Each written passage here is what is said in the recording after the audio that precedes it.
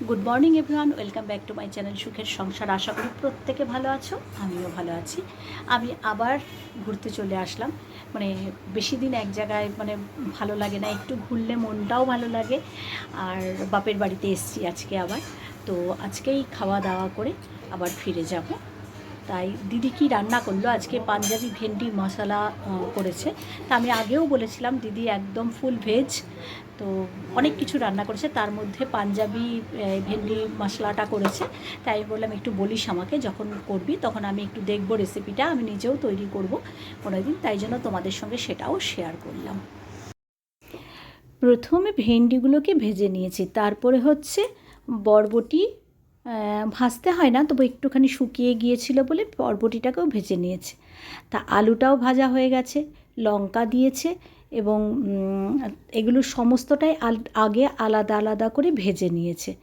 তারপরে করেছে হচ্ছে কারি পাতাটাকে ধুয়েও ভালো করে বেছে নিয়েছে এবং কড়াইতে তেল দিয়েছে। তেল দিয়ে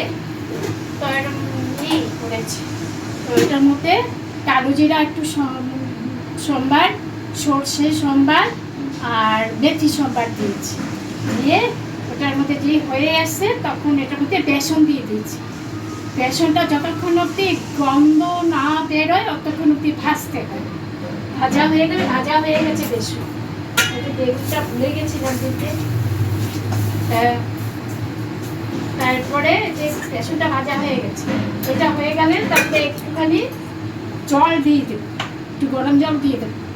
গরম জল দিয়ে যে উতলানি আসবে, কারি পাতাটা দিয়ে দেবে। এখন উতলানি আসবে, উতলানি আসার পরে একটা তেঁতুল গুলা জল এটার মধ্যে দিয়ে দেবে।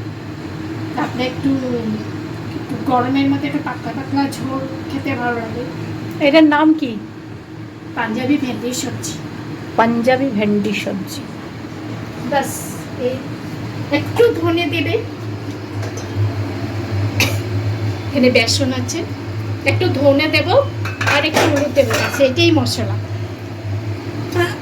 আর এটার মধ্যে লঙ্কা টমেটো পেস্ট করে নিয়েছি, এটা দিয়ে দেবো।